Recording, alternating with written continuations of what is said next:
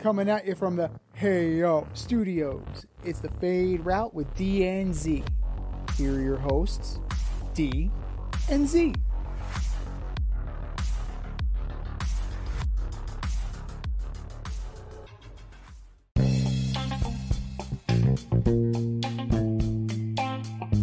Coming at you live from the AO studio. Ayo. It's the Fade Route with D and Z. I am D. We got a great show for you tonight. Both New York football teams win. Lakers win the in-season tournament, and Dallas wins big over the Eagles. A lot of winning going on this episode. All we do is We'll win. begin today's show with the $700 million man. Baseball winter meetings. After spending time with a handful of teams, Ohtani has decided to take his talents to the LA Dodgers. 10 years, $700 million, with $680 million being deferred all the way to, I think, in 10 years from now. Ohtani will make $20 million a year from the Dodgers and $45 million a year in endorsements. So, Z, I have to ask you, are the Dodgers the front runners to win the championship? Is he worth the $700 million?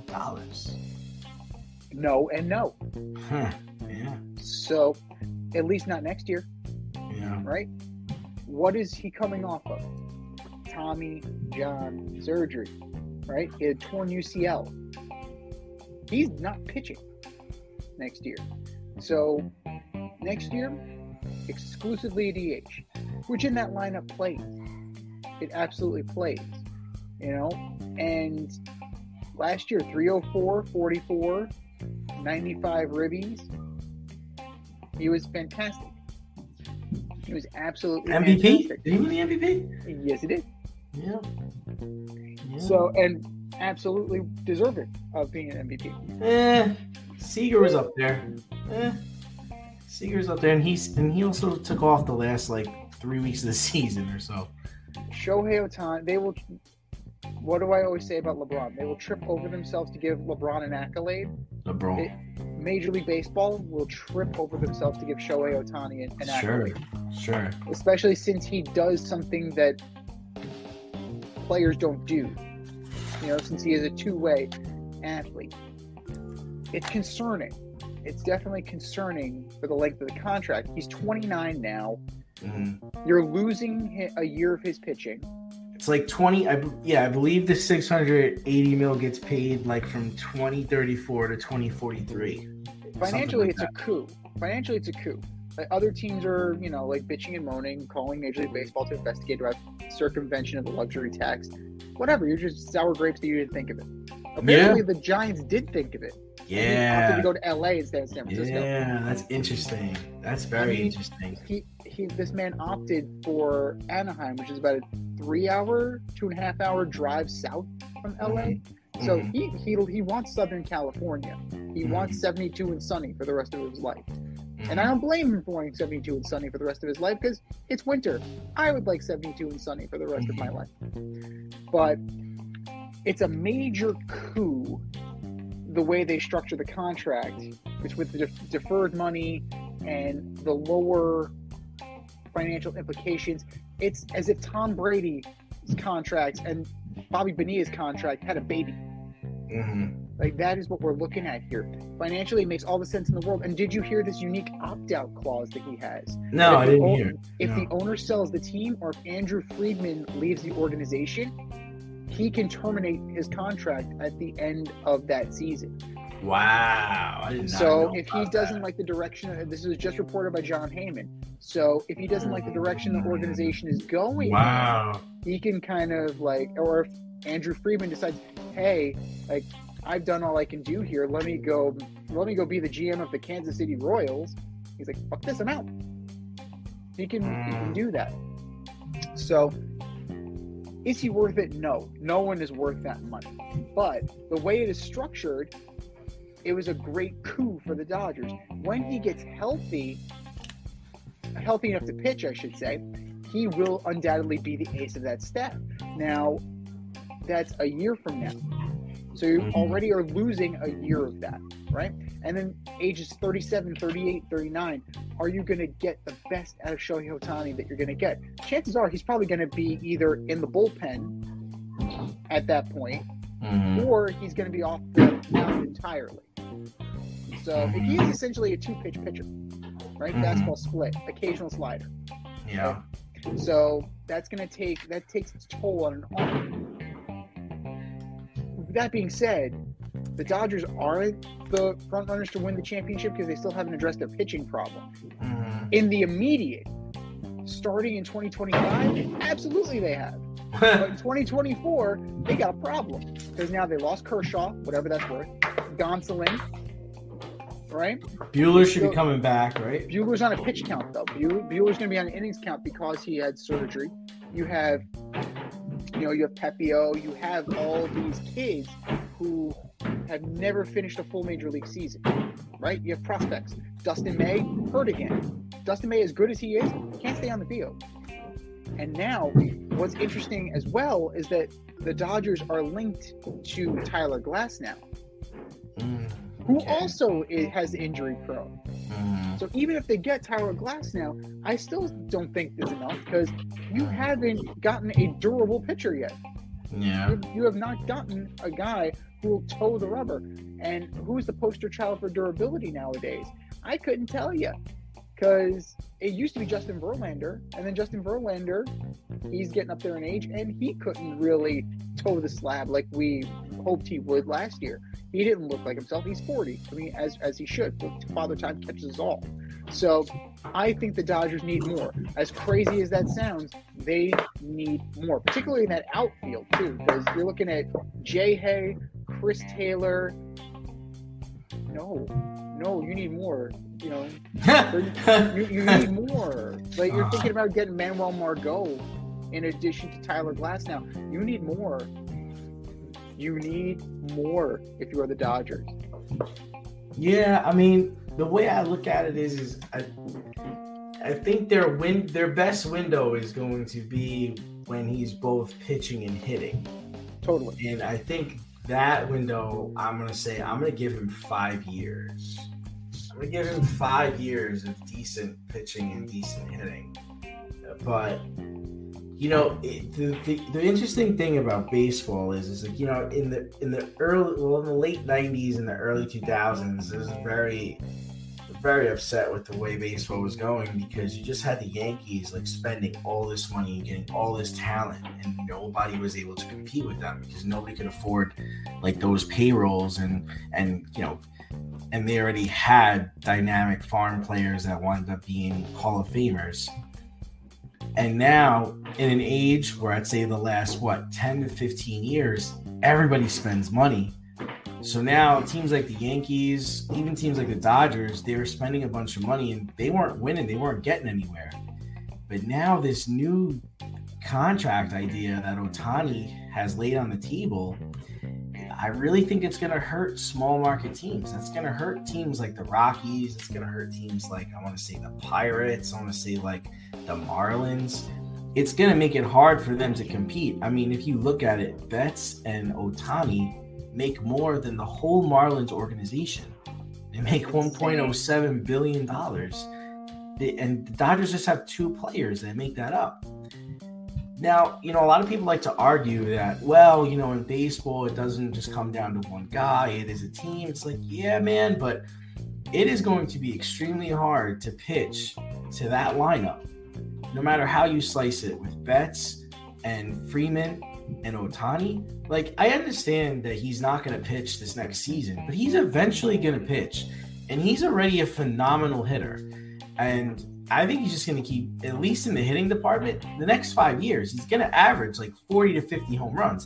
Now there's no pitching to slow him down. There's nothing to get him hurt. He's not even on the, unless he stumps his toe, sliding into home. He's not going to get hurt. There's no way for him to get hurt. So, it might sound silly, but I really think the only teams that are really going to be able to compete with the Dodgers in the National League are like the Phillies and the Braves, because they're the only teams that could put up runs, because you're gonna have to put up runs against this team. They could easily average between 6 and 7 runs a game, like when everybody's playing. Now, like you said, their issue is going to be pitching, and they're going to have to try to figure that out. But from what I'm understanding, they're trying to land that Japanese pitcher too now, because now they have the money. Right. So, I mean, I think so. To answer the question is, are they the front runners this year? Probably not. And is he worth $700 million? I think he's only worth $700 million if he is going to hit and he's going to pitch. Like, if we look at what was a couple of years ago, Bryce Harper signed a $300 million deal. This more than doubles Bryce Harper's deal. But I think the idea is he's going to pitch and he's going to hit. If he just does one, I don't see him as being worth that much money. No, completely not. No, if he becomes a one-dimensional player, it's not worth it whatsoever. The initial projections were that Bryce Harper contract plus another $100 million, but that blew it out of the water, right? You were looking at the projections were 10 years, $450 million, and then yeah, and then that's the whole thing is like, so I'm assuming the Dodgers and the Giants are the only one throwing that $700 million around, and everybody else was like, yeah, I guess go like 5 or 6, like, you know, with no real plan. And you heard what those West Coast boys were throwing. You're like, all right, we'll sign this deal tomorrow. I just think this is I think this is gonna get extremely ugly at the end, right? It's gonna get extremely ugly at the end because, I mean, look at how. I mean, listen, Judge, I'm sure is gonna come back, but you can't tell me like Yankee fans aren't like, geez, this guy stumped his toe and missed like 30 games. Like, you know, I think the back half of that, like, because he could arguably set the Dodgers back decades, depending on how this thing grows in interest and how much they're going to wind up actually having to pay him, right? Right. And they still have to pay other people to be competitive, right? Because eventually Freeman's going to go, Betts is going to go. You're going to rely on the Edwin Rioses of the world. Well, that's what I understand. From what I understand, he wanted to hear what the plan was. Like, what's your plan? Like, how are we going to win championships? How are we going to stay competitive? Which, hats off to him for asking that question, because that was the problem with the Angels. It's like, guys, what's the plan here? Like, you're just getting players. There's no plan. What's the plan? You want to win? And how stupid do the Angels look? I mean, how does that franchise even start over, right? Like, how do we go? You let this do. What was your offer? What were you willing to offer? Where were you going with this? I'd be curious to think what they were going to do. A hot dog and a handshake and probably part ownership. But let's think about this from the Angels, right? You got to trade Trout now. Oh, yeah, he's going to be a Philly, man. I'm telling you, he's going to be a Philly. By the trade deadline, he is going to be a Philadelphia Philly. That's what I'm saying. You're going to have to bang the ball to compete with these guys now. And granted, I don't think it'll happen next year, but I think it's a 5-year window. They're up there with the Braves in that 5-year window. They're going to be facing Atlanta, and they're going to be facing. I really still think the Phillies are contenders just because they can bang the ball. Their leadoff hitter hits fucking 40 bombs. I mean, come on, that's crazy. I know I just got a low batting average. The dude's hitting. You starting off 1-0. Like, you're starting off like 2-1. Like, you're already getting runs. And they have 2 pitchers. Step outside of your safe area and make a statement without saying much with FCK Clout Lifestyle Apparel. Embrace the colorful chaos and stay emotionally regulated in their hoodies, snapbacks, graphic tees, accessories, and more. Season 3 merch is up now. Get it while you can. Go to fckclout.com and get all of your needs from men and women.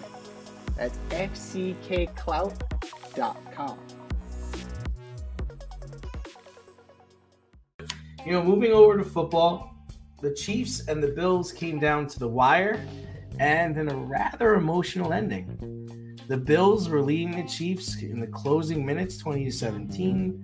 Mahomes threw a dart to Kelsey, who then lateraled it backwards for the apparent go-ahead score. But wait, Kadarius Toney was offsides by more than a foot, erasing a perfectly executed play. This caused Mahomes to lose his mind. He had to be restrained by players and coaches. He tried to get in the face of the refs for making the call. After the game, he brought it up to his press conference. He even mentioned it to Josh Allen as he shook hands with Josh Allen. Mahomes has since apologized, but it's hard to get the image of a whining baby out of my head. He's supposed to be the face of the league, Z. Has Mahomes hurt his image by his actions on Sunday? I'm sorry, 17. Oh, my God. That was so petulant on not only Patrick Mahomes' part, but Andy Reid, too. Andy Reid trying to defend Kadarius Toney after the game and trying to lambaste the officials. The officials got it right. For once in their lives, they got something right. And the Kansas City Chiefs, lest we forget, benefited greatly from a controversial call in last year's Super Bowl. Did they not? James Bradbury. It was ticky-tack. Yes, it was. And Bradbury was a stand-up guy. It was like, hey, I grabbed him. Right? So credit James Bradbury for that, for being a man and owning up to it. They tried to throw the refs under the bus so hard. And credit to Kadarius Toney. He didn't say shit. I haven't heard a soundbite from him. I didn't hear anything. So I get you're trying to stand up for your teammate. I get you're trying to do all that. But you look like a fucking clown. You look like a clown. Your coach looks like a clown. Travis Kelce is the only one who said, ain't gonna count. Nice game, fellas. but no point in crying over spilled milk. We lost. And they lost because their wide receivers, once again, could not seal the deal. This time it wasn't a drop. This time it was a mental mistake. And this mental mistake has set X on fire. Right? Because then you have offensive players and defensive players, right? You have your tribalism normally. But now you have RG3 digging in. You have Richard Sherman and Ryan Clark digging in on the other side. It's like it's a war. It's an offensive and defensive war over Kadarius Toney.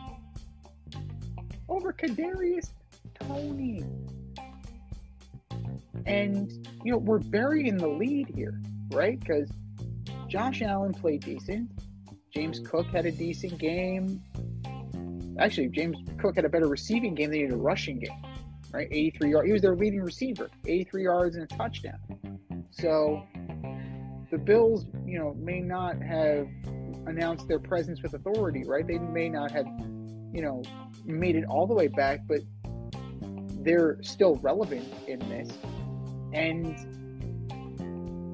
the Chiefs are a mess right now, right? Rashee Rice had a good game. Travis Kelce had a decent game. Everybody else was pretty much a no-show. It's actually disturbing how their offense is not working. And it makes you wonder, right?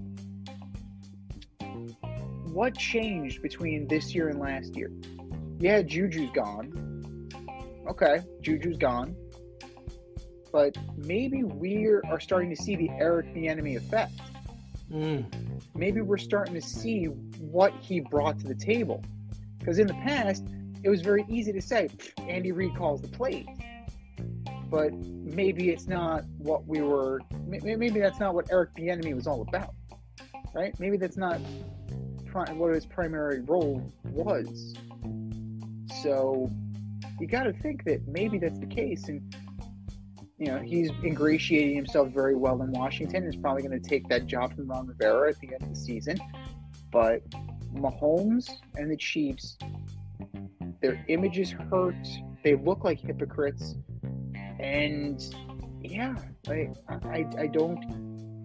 The game has become secondary, and they don't look like they're going to make it out of the first round, let alone make it to the championship game and the Super Bowl, which is their aspiration. As of right now, you have to be very concerned about Kansas City. For sure. And my whole thing is like I don't really understand what he wanted the refs to do. Like, they didn't know he was going to complete a touchdown pass on the play. They called it as it was. The dude was offsides. The dude was way offsides. It wasn't even close. Nope. The only thing I would say is I think in a situation when you're offsides like that, maybe they should blow the play dead. But I guess if there's an interception, I guess the defense could decline the penalty. I guess that's why they let it keep going. But, I mean, listen, you could be frustrated, but take your frustrations out on the sideline, on your coach, on your team, on the player who is offsides. But getting in the ref's face and acting a fool like that, like you're going to go fight somebody, like you're not a tough guy. Like, there's no need for that. I mean, there are kids watching this. Like, you could slam your helmet down and you could be frustrated, but take accountability. Tell you what, Pat, this game was not lost on one play. I'm pretty sure that they didn't have the lead, but where were you in the first half? Like, where were all the plays in the first half? This is a Buffalo team that's not playing good this year.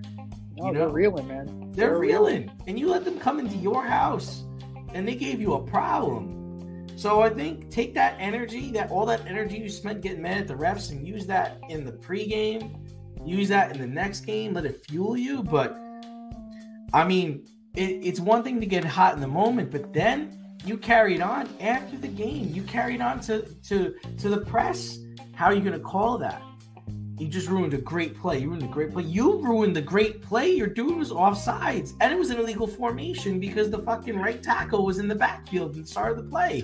You guys are all jacked up, man. You guys are all jacked up. That's the thing that if one didn't get you, the other one won. Yeah, so like I said, listen, I've never been a person to blame the refs for anything. Like, I don't believe one play wins or loses you a game. There are usually 60 to 70 offensive and defensive plays in the game. Where were you for all of those? Come on, man. And so I think it's a poor look for him.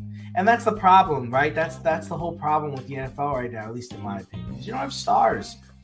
Burrow is hurt. This dude's acting like a clown. There's more Taylor Swift out there than anything else. Yeah. I mean, Dallas like, come on, outside of Mahomes, who's another guy people are like rah and cheering for and talking about? It's nobody. Philly's reeling right now. Dallas, I mean, really, it's Dallas. It's San Francisco. Miami took a step back with their loss to the Titans. But San Francisco, even with Brock Purdy, he's not getting that love that Tom got. Like, it's just like, you're surrounded by a studded team. Yeah. And he a is coach the who is for the MVP, though. He is. That's true. He is the front runner for the MVP. I mean, I don't know if it's hard to argue against it. I mean, the problem, I had Tyreek in that conversation, but he's hurt. That ankle injury is bothering him. He had to miss a lot of the last game. They just lost to the Titans. Like, that's bad for his MVP case. And I think if he was able to get over 2,000 yards, he would have had a shot. But now that's out the window now. And then, Hurts, these are two bad losses. But the thing about the Eagles is I'm pretty sure they have a cupcake schedule coming up. Like, they've got, and that's the other thing, we don't really, Brock's okay. I mean, Brock does what he's got to do. But I thought it was a poor look for Patrick. I thought it was a poor look for the league. It doesn't always come down to officiating. Officials are supposed to make the right calls. They're not supposed to let something go because you're about to pull off a great play, or how are they supposed to know what happens? No, completely. You're absolutely right about that. And I hate that idea that we're just supposed to let it go because it was an amazing play. Yeah, I don't understand that. I know. Like, imagine if we didn't call it, what would have happened? Like, all the times that the right tackle was offsides the first 2 weeks of the season, nobody was calling it. Everyone was screaming and getting upset. They gotta call it the way they see it. Like, bravo. And look at what's happening. We're going to be talking about Philly next, but look at Philly, right? Now they're starting to call Lane Johnson for false starts. They're starting to call Jordan Mailata they're starting to call that stuff because you know what? It's happening. Well, it matters. I mean, there's a lot of money on these games, and it's got to be done right. But just to talk a little bit more about the Chiefs, I don't know what direction they're heading in. I don't know what's going on in the AFC. Like, all the teams that we thought were going to be there at the end are certainly having a tough go. Like, they're all like meh. They're all meh. You know what? At this point, if the season ended today, thank God it doesn't, the Chiefs would draw the Steelers in the first round. Which they could lose. They could lose that game. I mean, they could. I mean, TJ Watt, as long as TJ Watt is breathing, they could certainly lose that game. For sure. But, Mitch doesn't scare you.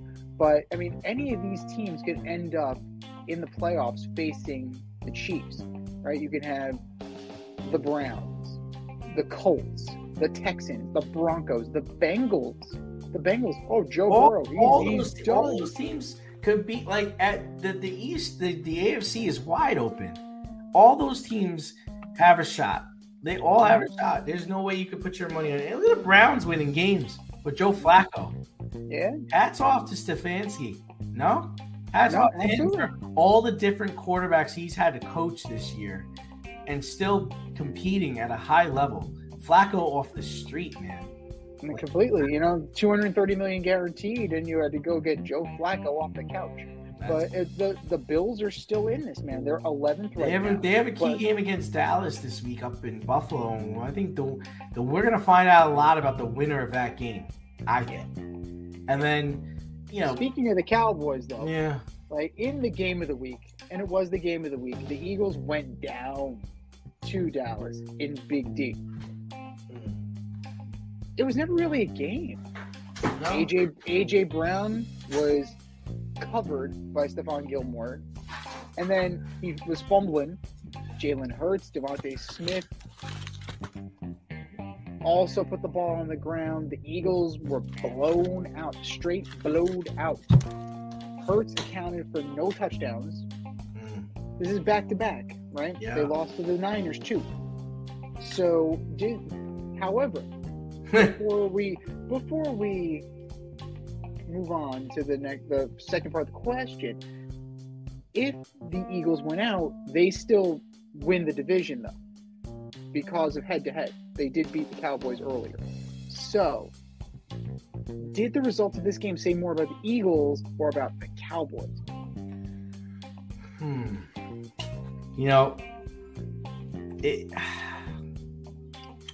Here's what I'm going to. There's a couple things I want to say about this. First thing I'm going to say is the game was 17-3. I was like, it's over. It's over. It was the second quarter. It was 17-3. And I was like, it's over. There is no way the Eagles are going to overcome this deficit against this Dallas defense in Dallas.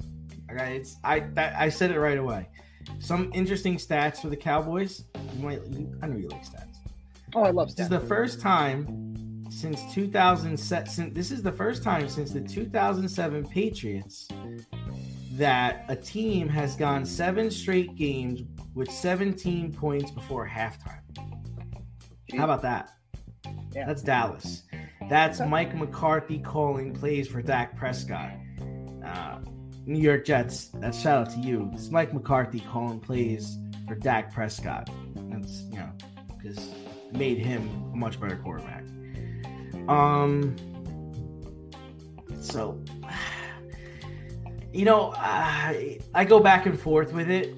We talked about this in the production meeting, and I said one thing there. I'm thinking another thing when we first start the show. But I mean, if you're telling me who I want to roll with today, I want to roll with Dallas because I want to roll with the team I like their defense. I like their coach. I like their defensive coach. I like Dan Quinn, and I'll ride with Dan Quinn.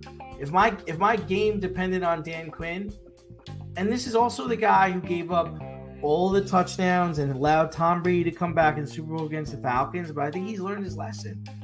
I do. I like McCarthy calling the plays for Dak. I like that defense. That defense plays. Like when you've got to pass it, when you've got to drop back and throw, and you've got those 4 linemen coming at you along with Parsons, and then on the back end you've got Gilmore, you've got Bland, you've got safeties that know how to play football. They're a problem. They're a problem. And on the flip side, it's like with Philly, I don't know. Is Hurts hurt? Is he just getting exposed now? I mean, come on. If I told you that all you had to do was get 8 yards instead of 10 yards, get first downs, you'd like your chances, right? I mean, they've perfected this tush push where if it's 2 or less, they can get it. And you're losing. And you're losing bad. It's a bad loss to the Eagles, man. Whooped your ass. And the 49ers whooped your ass. Like, when was the last time you beat somebody of consequence? And the other part of it, like I said, with their schedule, they don't have a lot of competition coming up. So you're not going to get primed and ready for this playoff run. You've got the Seahawks. Okay. They're banged up. You got the Giants, the Cardinals, and then the Giants. So you're arguably going to win all 4 of those games. And now with Dallas at least they have some competition that they're going to have to compete with. They're going up to Buffalo this weekend, which I think is going to be a very tough game in Buffalo. Then they're going to face a Miami team that is probably going to really need to win that game to keep on top of the division. And then they're going to play the Lions, who at that point might be playing also for a playoff spot. And then they wrap it up with the Commanders. So, I mean, how likely is it that both these teams finish 4-0? Not likely at all. You figure, well, you go back to the idea of the perfection of the tush push. Now, what we understand is that Jalen Hurts is dealing with a back problem.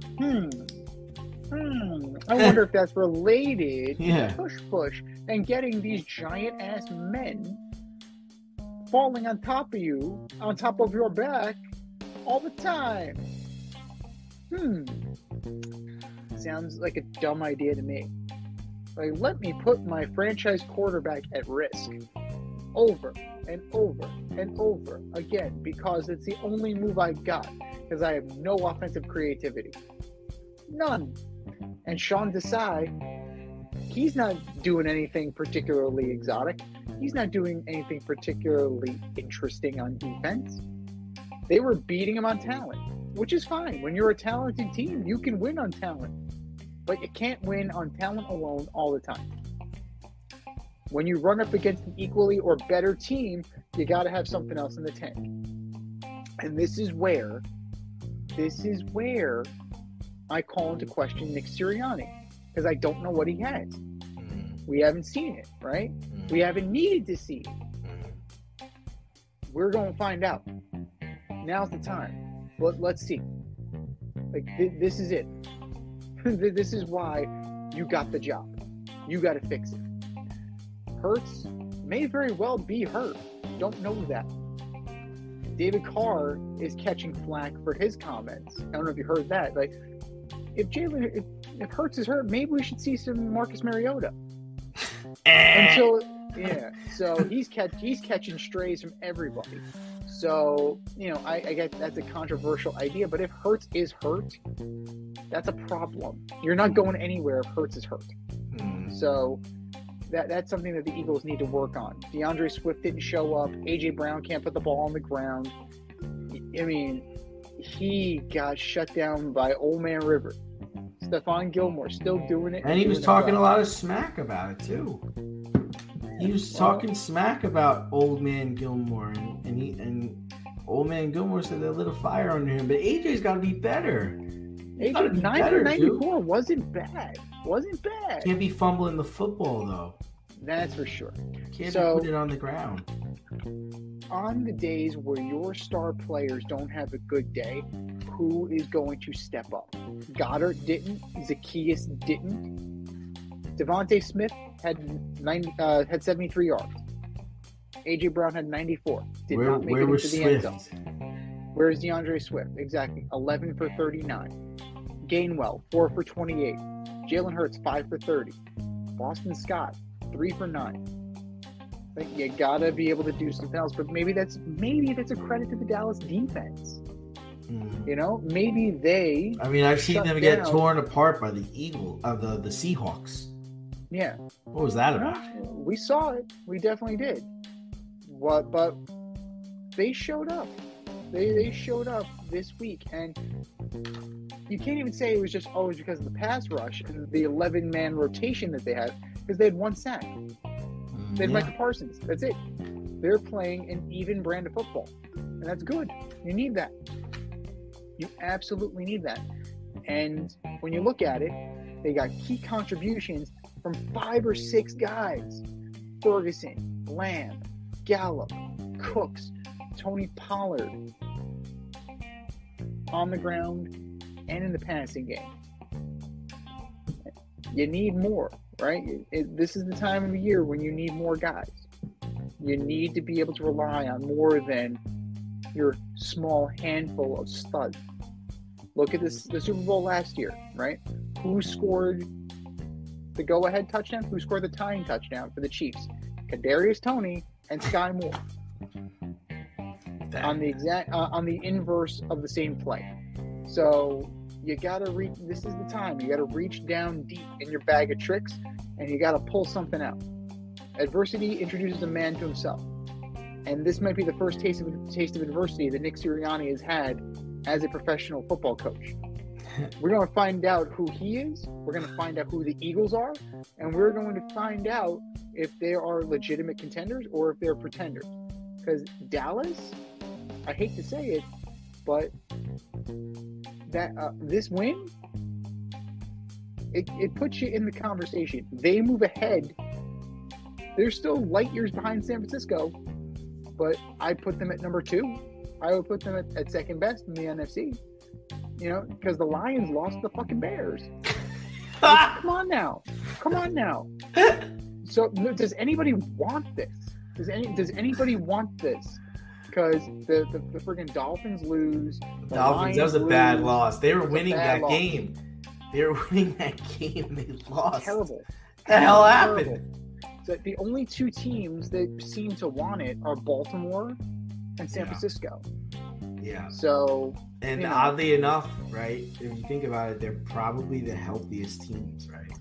Mm-hmm. They haven't had a quarterback problem. They haven't had a running back problem. Like, no. That train's never late. But you know what? Kudos to Lamar Jackson. Kudos to Baltimore for that they're actually like preserving him, right? Mm-hmm. They're actually doing that. Brock Purdy staying upright.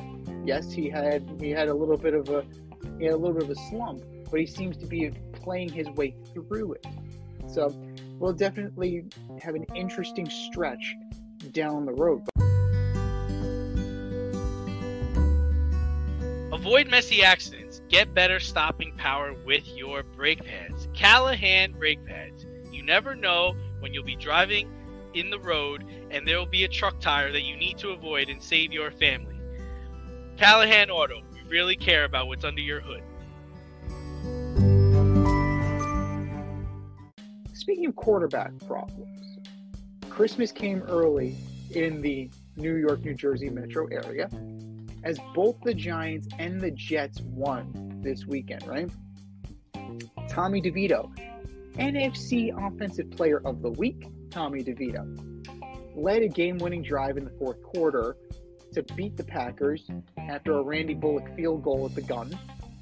And Zach Wilson had his best game ever as a pro, according to Robert Saleh, and a thing we like to call our eyes. Is Tommy DeVito what happens when you develop a quarterback correctly? Or will he become Zach Wilson over the next few weeks? Yeah, I mean, I do applaud like the creativity that's going on with the offense. It felt like the Daboll has finally put his prints on this team, and they've played with more energy and played with more fire, and they're competing, at a high level. It took them a little bit to figure it out, but they're designing plays and calling plays that are good for Tommy DeVito and putting him in positions to be successful. Like, RPO with the run, with the throw option, even after you're on the run, like that's huge. That's good for him. And he's taking advantage of teams sleeping on his ability to run the ball. He had 70 yards rushing, and he doesn't turn over the football. The thing that Zach Wilson continues to fucking do is he doesn't turn over the football. So I feel like they designed a more friendly offense for him. I feel like the players are playing better with Tommy DeVito for whatever reason. But we're going to find out a lot about Tommy this weekend when he goes down to New Orleans, because he's going to have to play Dennis Allen and the Saints and in Who Day country, so that's going to be interesting. But yeah, I totally think this is what happens when you're able to develop a quarterback. I mean, Z, do you want him to come back next year with the Giants? Absolutely. I mean, I'm not invoking the name Brock Purdy. I'm just drawing a parallel. Like an undrafted free agent, Mr. Irrelevant, that's pretty close to an undrafted free agent. Well, somebody was saying to Dable they're comparing him to Brady, and it's just like, just stop. No. Tom Brady never had the wheels that this kid had. Right. Tom Brady Tom Brady has a much better arm than this kid does. But you see, But you see what he did this year. Just this year, you see the improvement week after week after week, and you see the development happening when you didn't see this with Zach. And mainly because they don't have a coach to coach Zach. They haven't had one on the staff since he got there and teaching him how to be a quarterback in the NFL. They had Matt LaFleur's little brother in the beginning. And now they have this clown Hackett, who's he's waiting for Aaron Rodgers to come back. So I think it's clear. I think Tommy does earn the right to come back. He gets a little cash. Because he's shown that he's durable. He takes shots. He's not afraid to try to put the ball where it needs to go. He's running the offense. He's running the plays. He's not turning over the football. But he's gonna have two games against the Eagles. So that's gonna be interesting. And then he's gonna have the game against the Saints. So we're gonna find out. And Zach, we know what Zach is. And sandwiched in between the Eagles, you have the Rams. So it's not like it's a cakewalk. The Giants statistically have the hardest schedule left. And I don't believe anything Robert Saleh says. It's like, you know nothing about football, dude. I'm sorry. You just some of the things you say. Zach had his best game as a pro. It's fucking his third year. Are you kidding me? Tommy DeVito's keeps getting better and better. Your guy's just figuring out which direction to run in and who to throw to. And let's be real here. That first half was dog shit. For both guys, though, for Stroud and Wilson. Now, Stroud's I'll defend Stroud and just saying like he never seen a defense like that before. Well, it also looked like he never played in that kind of rain before. It looks like he never played in those kind of elements before. It was bad. So, neither quarterback wanted to use a glove. Maybe they should have. Might have helped. But, that first half was immaculate for all the wrong reasons. 0-0, lots of punts. Lots of practice for Coach Westhoff's favorite player, Thomas Morstead. Yeah. So, at the end of the day, Zach Wilson did what he did, and he looked way more comfortable in the second half, looked more fluid, mobile. He took some shots. He put some film on tape. He put some plays on tape that you can be proud of and you could kind of hang your hat on. And if you're a rival organization, or if you're another organization, say, hey, okay, there's something there. I can work with that. Or, hey, Baker Mayfield's our starting quarterback. He kind of reminds me of Baker Mayfield. I can keep the same offense if I bring in Zach to be the backup. I don't have to tailor a different offense to a backup quarterback. So maybe there's something to that. But, it's about time. It was about time that Zach Wilson had a good game. Good for you, kid. You showed him. You showed him. Good for you. I'm just happy he's running in the right direction. Good for you. Now you got the Dolphins this weekend. But let's see if you can undo what happened on Black Friday. But, let's talk about DeVito. I know I haven't been talking about DeVito. It's a breath of fresh air. It really is a breath of fresh air. He got a little bit with Tyrod Taylor, and then he got hurt because he inevitably gets hurt. He seems faster than Tyrod Taylor. He's got zip on the ball that Daniel Jones doesn't have. Like, you can tell that Tommy DeVito played baseball because he's throwing darts. They got zip. They have force. They look like professional throws. There are no rainbows in there. He's got wheels. He can read the defense, and he's checking. He's audibling accordingly. And yes, he's been sacked a lot, but not this week. That offensive line held up for him long enough for him to escape. And what did he do when he escaped? He slid. He didn't fight for the extra yard. He gave himself up. Right. Because when you dive head first, as Saquon Barkley showed you, when you dive head first, you're leaving yourself vulnerable to fumble. So, that was awesome. Yeah, oh, God. That almost lost him the game. Oh, God. Oh, such agita. And then, thankfully, I can't believe I'm saying this, thank God for Randy Bullock. Randy Bullock is a terrible kicker. He just had to make that one. They couldn't. I don't know if they could get any closer. Like, if they were on the 1 yard line, like, no guarantees, right? But the Giants have something. DeVito has made Wan'Dale Robinson better. He showed good chemistry with Darius Slayton. He showed good chemistry with Jalen Hyatt. And these players are starting to blossom a little bit. Like, these guys that were considered, long shot players or, depth players.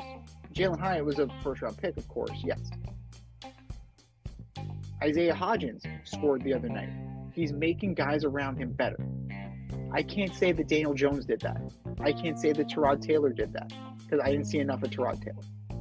But I can say definitively that Tommy DeVito is doing that. And you know what? That defense, as maligned as it was for getting trashed by the Cowboys, lots of teams are getting trashed by the Cowboys. So there's something to be said for that. Wink Martindale's got them playing well. Cordell Flott, pass interference penalties aside, he had a solid game. Deontay Banks had a really good game.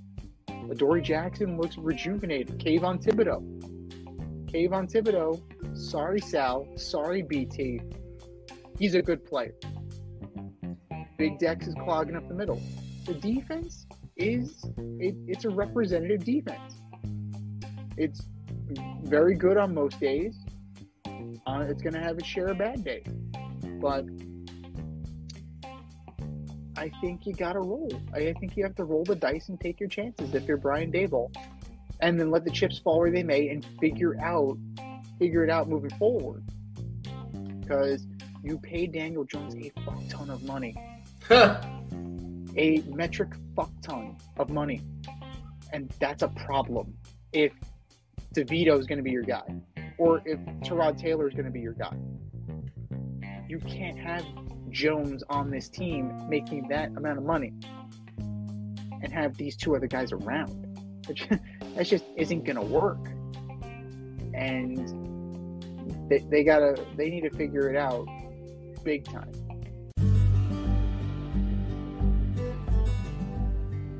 For all the grill masters, green thumbers, home repair heroes, and DIY aficionados in the Richmond, Virginia area, if you're looking for a personal service, quality products, and a convenient shopping experience, look no further than Thacker Ace Hardware in Colonial Heights, Virginia. Owner Don Rackley and his team of local experts have everything you need to tackle all of your home projects. I'm talking paints by Benjamin Moore and Clark in Kensington, power tools by Craftsman and Milwaukee, electrical, plumbing, hardware, and let's not miss the grills. Weber, Big Green Egg, Traeger, Blackstone, top shelf, amazing. And for all you green thumbers, their nursery department is fantastic. Give them a call today, 804-766-4223, or stop by 27 Dunlop Village in Colonial Heights. That's 804-766-4223, or swing by 27 Dunlop Village in Colonial Heights. Thacker Ace is the place with the helpful hardware, folks. But speaking of figured out, the NBA seemed to have figured out their regular season problem. Apparently, this in-season tournament was all they needed. The IST, we'll work on it. We're workshopping it. Sounds like aerial disease. You have the IST. Yeah, sounds like I need penicillin. But the Lakers won the inaugural IST, cruising past the Pacers in a very competitive game, but ultimately, LeBron would not be denied. After the game, not only was he happy with the win, the first ever banner for this tournament is going to go up in Staples Center. And the Lakers celebrated with champagne after a huge party. And he's very proud of the fact that he won this inaugural tournament. Did the celebration seem excessive to you for something where none of the stats count and the purse is only $500,000? Yeah, it did. You won a preseason game championship. That's what it seemed like, right? I mean, none of it counts. What's the difference between this tournament taking place during the season and if it took place before the season started? Like, I don't know. They don't pop champagne in Summer League. Yeah, to me, this is. I get it's the first one, so okay, yeah, everyone's excited to win the first one, but you can't. I have a hard time believing that if they had this in-season tournament in the mid-90s or early 90s, that Michael Jordan would be celebrating, right? Because it's okay, yeah, we won this, but I want to win a championship. Like, that's my goal. That's my banner. That's my bar. So I think if the Pacers won, yeah, they should be excited. Go nuts. Go ape shit. Like, yeah, that's your Super Bowl, boys. Like, good for you. But if you're LeBron, you've got larger aspirations. Like, if you're gonna pop champagne after winning the IST, then what are you gonna do when you win the championship? How are those two celebrations different, right? Right. What are you gonna do? How are you gonna top? That's the top line, right? That's the bar. It's like, okay, we won the championship, popping bottles in the locker room, sprinkling people with the champagne. But at the end of the season, there's no more work to do. You're not even halfway through this campaign. Are you gonna look back and say, oh well, we won the IST? Right? Is that what you're going to do? When you get sent home in like 5 games by the Mavericks, you're going to be on the beach and be like, well, at least we won the IST. We won the first ever IST. I just think until there's more skin in the game, I can't see celebrations being that excessive for a team that should be there and should win it. This thing is built for the teams that aren't going to be there in the end. So, there's some viewership and we watch it and we're interested. I watched a little bit of it, but honestly, there wasn't enough skin in the game for me. It really wasn't. It was fun to watch the Nuggets fall. It was fun to watch like the Bucks fall. I like the 1-game elimination out of it, but there's got to be something bigger up for grabs than just $500K. And like the other thing is what loser watches them celebrate in the fucking locker room after the game? Who's sitting there going like, oh, I want to see LeBron pop champagne for winning the IST? Like what? Like what? I want to see him smoke a cigar. Joe Burrow ain't even going to smoke a cigar after winning an in-season tournament. So that's just how I felt. Only the hardcore LeBron fans only the hardcore like LeBron supporters are going to tout this as any major success. I just feel like there is a bigger prize at the end of the road, and I just don't see how something that doesn't count. It doesn't count for anything. None of the stats mean anything. How you could get so fucking elated for something like this. That's all I'm saying. And you beat the Pacers. It's not like if it was Giannis and the Bucks, right? It's like, well, yeah. Right? That kind of changes it a little bit. That puts a little mustard on it, or the maybe the Heat. Okay, yeah, maybe. But you beat a Pacer team that they're up and coming. They're trying. Like, it was a 1-game elimination. It could have easily went the other way. Absolutely. And it's a one-game playoff, right? It's a one-game scenario. In the finals, they're playing best of 7. So, yeah, this is a one-off, right? You play a best of 7 series with the Pacers, maybe it's more competitive. But for me, I mean, I'm not getting anything from this, right? Anthony Davis played well, had 41 points. Great. LeBron had 24. D'Angelo Russell, 32 minutes, 13 points. Now they're actively trying to trade him. So, like, thanks. You did great in that. You did great in the IST. You did great in the game that doesn't count. We're going to trade you. And Austin Reeves had 28 points. Nobody else showed up. Literally, nobody else showed up. What happens when someone gets hurt in the game that doesn't count? There you go. And, you know, could you imagine the NFL having an in-season tournament or baseball, even baseball? Like, you're telling, if you try to do this in baseball, you're telling me people wouldn't rest? You're like, nah, man, I'm good. Like, that's what I'm trying to say. Like, eventually that's where you're going to get. You're going to get, nah, man, I'm good. Like, I don't need to play those games. I'm good. I won it already. It makes you wonder, you know, because this is the first one, like you said.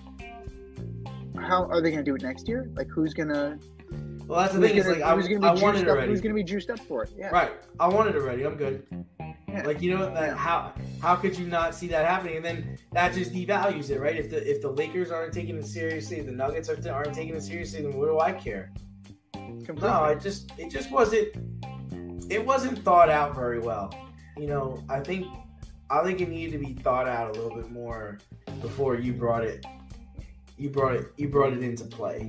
And, you know, and I don't need the LeBron sycophants telling me that, oh, you know, LeBron has this and Kareem doesn't and Magic doesn't and Michael Jordan doesn't. It's the first fucking one, and those guys have been retired forever. I don't care. I'm sure they don't care. No, got more rings than LeBron does, so I'm good. Right. So I'm flabbergasted by such a statement, because to me it's stupid. Yeah, of course he has one and they don't. Right. So, you know, he has. You know, George Mikan doesn't either. George Mikan's dead.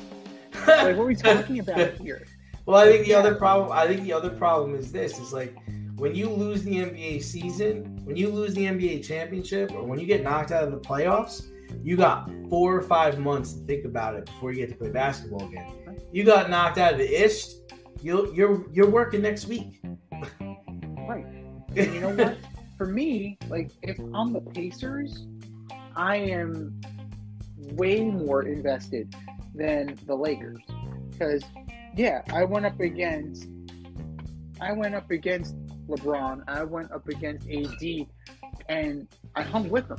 I put 109 on them. I didn't get blown out by 40. You know, they have something to hang their hats on. They're growing, they're developing.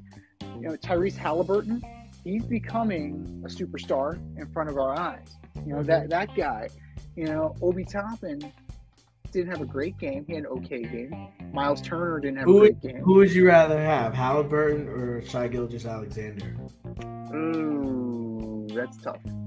Those are the two superstars, man. And to think the Clippers traded, and the Clippers traded him to the Thunder for draft picks. They could have had Kawhi and Shai Gilgeous-Alexander in their front court. Yeah, that was botched. I'd probably have to go Shai Gilgeous-Alexander. Yeah, you know, rather than that. But you know, this is a meaningless game. I'm completely in agreement. There's not enough stakes. Maybe next year they're going to play with that and add more. People are coming around to our idea that they get guaranteed a guaranteed seed in the playoffs. But what happens when a team that's already in the playoffs wins this thing? You know, like, that's one thing that, okay, what if the Pacers did win, right? And the Pacers were in the play-in tournament. They're seeded. They're automatically in. What if the Nuggets won this thing? Ooh, we have an automatic playoff berth. We're the number one team in the league. Like, what does it mean? Like, you know, like if the Knicks are the fifth seed, if the Knicks won and that automatic pick was tied to it, it doesn't mean anything. So Adam Silver, like, congratulations. You put on something entertaining. Those courts, you need to lose them. Those jerseys, you gotta lose them. They're atrocious. That court, that red and blue court, was fucking awful. Like, that was terrible. And you need to go back in and you need to revise the stakes here. You need to get them playing for more than $500K. Because at the end of the day, right, the money only goes so far. You need more. You need more. Give me more.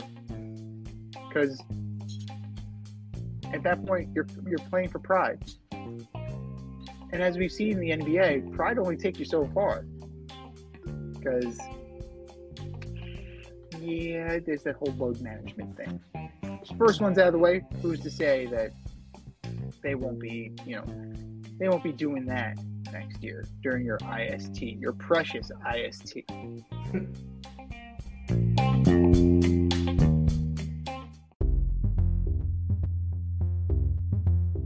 Are you in need of air care maintenance or service? I have the company for you. Air Care Technicians. They service the Westchester and Northern Bronx area and can help you with all your heating and cooling, maintenance, and service needs.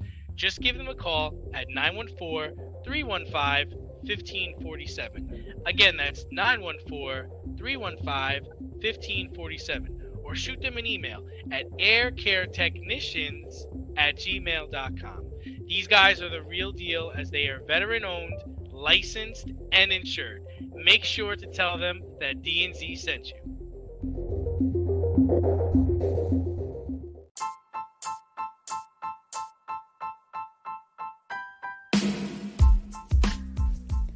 It's time for the mail route on the Fade Route. If you want to get featured, hit us up, faderoutemail@gmail.com, or slide in those DMs at Fade Route Podcast on IG, or drop us a line on our Twitter page at Fade Route DNZ.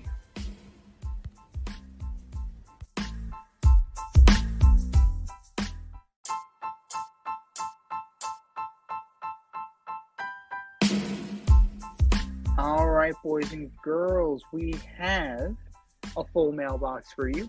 But if you want to get your email featured on the Fade Route, hit us up, faderoutemail@gmail.com, or slide in our DMs on IG at Fade Route Podcast, or on X at Fade Route DNZ. One email today, but it is a loaded email. And that email comes from Riley in Stratford, Connecticut. Hey guys, who has the best chance to make the playoffs with their backup quarterback?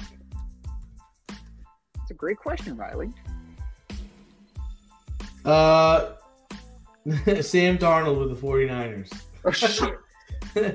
No, I mean, I like the way Flacco looked. I really do. I thought he was in command. He could make every throw. And I think what's good about Sam is, like, he's going to be the type of quarterback who's going to go to Stefanski and say, okay, I like this play, and this play. Where I think of other backups won't do that, right? Other backups are just so happy that they're going to get into the game. They're like, yeah, whatever. Like Jake Browning. Jake Browning's not saying, okay, well, I don't want to run, this play because I can't make that throw, or this is a tough read. He's going to go in and replace Joe Burrow because, like, oh, finally I'm getting an opportunity with the ones. I'm good. Where Joe's like, no. I like this one. I like sticks. I like, and he's going to tell them what he likes, and that's going to be beneficial for Joe because it's going to make his reads a lot easier. It might make him more predictable, but he's going to be able to win on those plays, and the other guys are going to have to learn on the run. So I'm going with Flacco. I mean, let's be real here, right? Like, who is it going to be in this instance? It's not going to be Easton Stick. No, right? No. It's not going to be Mr. Stick. Who today in a press conference said, well, I'm used to winning, so this will be no problem on Thursday. Oh, you're getting the loss. You're taking L tomorrow night. Completely. I don't care. That Thank you, Mr. Stick. I will be betting against you tomorrow night. Exactly. Fucking kind of comment is that? I'm used to winning. It's asinine. I'm used to winning. Absolutely. Now, I mean, where? Not here. I have no idea. What team have you been playing for the last 4 years? I mean, like that's such an asinine, arrogant comment. PR guy was like, did he just say he's used to winning? I had to look up who the backup quarterback was because I was like, is it still Chase Daniel? Like that guy, the king of secure in the bag? Like, you know, it turns out it was this fucking guy. So I'm used to winning, so. Good great. Dude, well, guess what? Keenan Allen's not playing.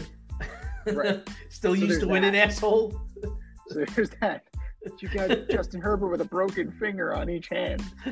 So it's like, Justin, you sure you can't split that up? Poor Justin. So, exactly. Justin's so like, I mean, done.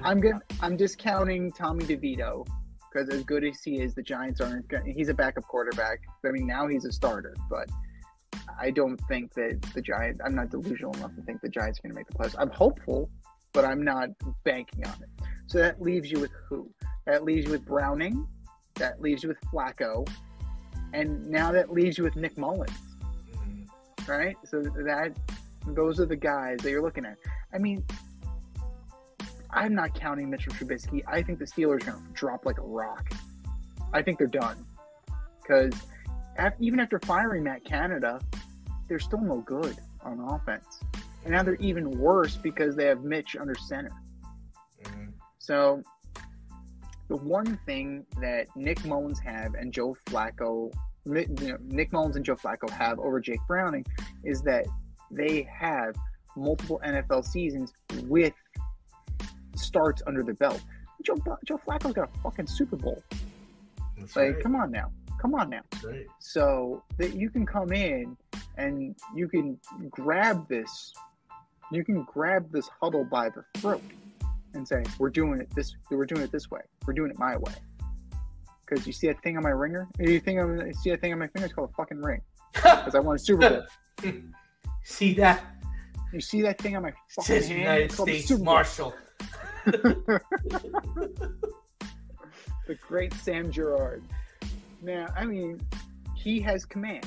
Absolutely. And Joe Flacco's playing well. You put him behind a stable offensive line with good receivers and a good running game and a good defense. Why not? Why can't Joe Flacco pilot this ship? Why can't he manage the game? Such a dirty word, right? Manage the game. He can manage you into a Super Bowl because guess what? He's been there before. Who excites me the most is Browning because I'm watching him. And yes, it is a very short sample size, and I don't want to, put on those rose-colored glasses, those Josh Dobbs rose-colored glasses, or the Tommy DeVito rose-colored glasses. I want to look at this objectively. For a couple weeks, Jake Browning could be very good, and then he could be, in the toilet. Like that's just how the NFL is. You get tape on somebody, and next thing you know, they go from phenom to out of the league. Like, look at Cordell Stewart. Perfect example. Cordell Stewart was a breath of fresh air, and then, not great. Not great once they figured him out. So I'm excited to see what Jake Browning can become. He looks like he has command of that offense. He looks like a surrogate for Joe Burrow. He looks the part. He's delivering the part. Now, long term, is he going to be able to do it? I don't know. I'm intrigued to see where it is. I'm intrigued to see where it goes. But the one that gives me the most confidence is Flacco. Now, what's interesting, I mentioned Mullins and Browning. They play each other this week. So that's going to be very intriguing. And if Mullins shits the bed, does KOC go to Dobbs? Or is the turnover train too much right now? I don't know that. And there's one guy that I didn't mention that, you have a particular interest in. Your boy Drew Lock. Oh, I love Drew Lock. This is my boy is right. I love that guy. So, I don't know. There's right now, Seattle's on the ninth. They're in ninth. They're just behind the Rams. The Packers just lost to the Giants. So that's 7 seeds up for grabs, man. Why not Drew Lock? If Geno's out for the foreseeable future, how far can Drew Lock take the Seahawks? What do you think? They have the Eagles this week. No, that's not his game, man. That's not his game, man. He ain't leading anybody anywhere. He's gonna play a couple of good weeks, but no, he's no hero. He's no hero. No, he's no Brock Purdy. He's no Big Dick Nick. Drew Lock is just good enough to get you beat. So many apparently are good enough to get you beat, and I didn't even discuss Davis Mills because apparently, if Stroud has a concussion, they're probably going to go to Old Long Neck this week against the Titans. Old Long Neck. So this has been the year of the backup quarterback in the NFL, but Old Man Joe. Okay. Old Man Joe still the click to pick or the pick to click.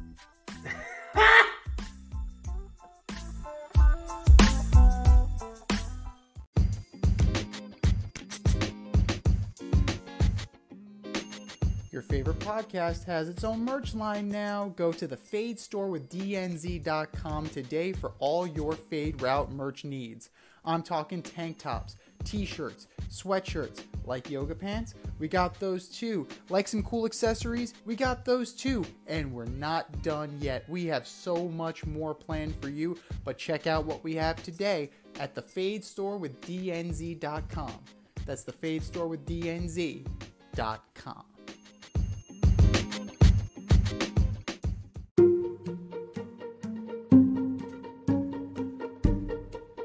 The Fade Store presents the Alleged Superstar of the Week Award.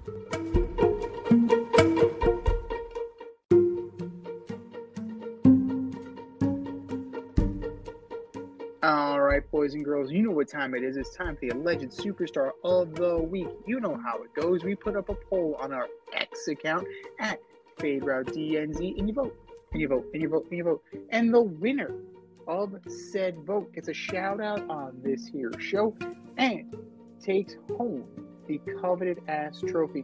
And do you know who took home the coveted ass trophy, D? I don't. The NCAA for jobbing out. It was closer than I thought. They narrowly beat out Joe Beningo. So good job, NCAA, for screwing over the Florida State Seminoles. But that was last week. This is this week. Who are your nominees, D? So many choices. So first up, I've got Draymond Green, who just got suspended indefinitely. Draymond was ejected in the third quarter for slapping Nurkic in last night's game against the Suns. He apologized for the slap. He said it was inadvertent. But he still got ejected from the game, and he keeps getting ejected from games. So the Warriors lost 119-116, and if they had him, they might have won down the stretch. Draymond, you got to stop getting ejected out of games. Draymond Green, you are my Alleged Superstar of the Week. Number 2, everybody on the Raiders and the Vikings. In a league that promotes scoring and makes defense tough to play, you still managed to only score 3 points between two teams, 3-0. Both teams combined for 3 total points. A professional football nightmare. You're all professionals. Do better. Just do better. Raiders and Vikings, you are my Alleged Superstars of the Week. And number 3, St. John's basketball. You lost the face in the preseason. All right, it's fine. I get that. But you can't be losing to Boston College 86-80 in the Barclays Center. Come on, Ricky, coach him up. St. John's basketball, you are my Alleged Superstars of the Week. What do you got, Z? Those are good choices. You really can't go wrong with any of them. I'm going to start with DK Metcalf. That guy. How the hell are you losing your shit like that, man? Like, Fred Warner, Kyle Shanahan, before the game, according to reports, specifically targeted you knowing that you cannot keep your cool. So it's almost, it was kind of a bounty in that he said he would buy Christmas presents for whoever got DK off his game. And so, Mr. Fred Warner, you are going to be getting a lot of Christmas gifts from Kai this year. Good for you. And not only are you going to get a lot of Christmas presents, but you're going to need some ice after that German suplex that DK Metcalf did on you. It was a shoot German suplex. How strong is DK Metcalf, by the way? But you can't be doing that, DK. You got tossed. You're unapologetic about it. And you're just going to play with this edge. Well, you're going to get exploited. DK Metcalf, you are my alleged superstar of the week. The Kansas City Chiefs. Need I say more? Kadarius Toney is still offside. Sorry.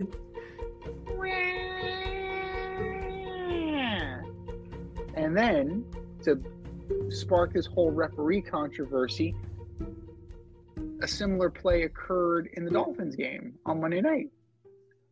So, you know, it's a bad look all the way around, but the Chiefs, for your bitch fest, you are my alleged superstar of the week. And then last but not least, New England Patriots. Yeah, I said it. Reports indicate that you're going to move on from Bill Belichick at the end of the year, and this was sealed after the Germany game. Why wait? Why wait? Just let him go out with a shred of dignity now. Why make him go through the rest of the season with the Mac Jones and Bailey Zappi bullshit and 3-10 and bottoming out? Why would you let the greatest coach in your organization embarrass himself? Why? I don't understand why this is happening. Like, let the guy go out on his own terms, unless this is Bill's terms, which at that point I have to really question. Like, really, coach? So, but you know, let him go out on a high note somewhere. I don't know, but if you've known since Germany, you should have let him go. New England Patriots, you are my alleged superstar of the week. I think we've said our piece. Go to our X account at FadeRouteDNZ and vote. And vote, and vote, and vote. And for our nominee.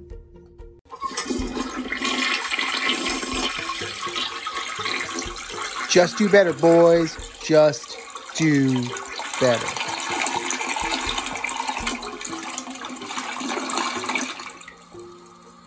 This has been the Fade Route with DNZ. Thanks for tuning in. Catch our podcast on Wednesday nights on iTunes, iHeartRadio, Spotify, wherever you listen to your podcasts. So until next time, stay faded, everyone. Time for us to run the go route. We'll talk to you next week. Thanks for listening to this episode of our podcast. If you like what you heard and want to hear more, be sure to like and subscribe on your favorite podcast platform. Rate us 5 stars, leave us a review, turn on subscription notifications, and tell your friends. Spread the word, spread it wide.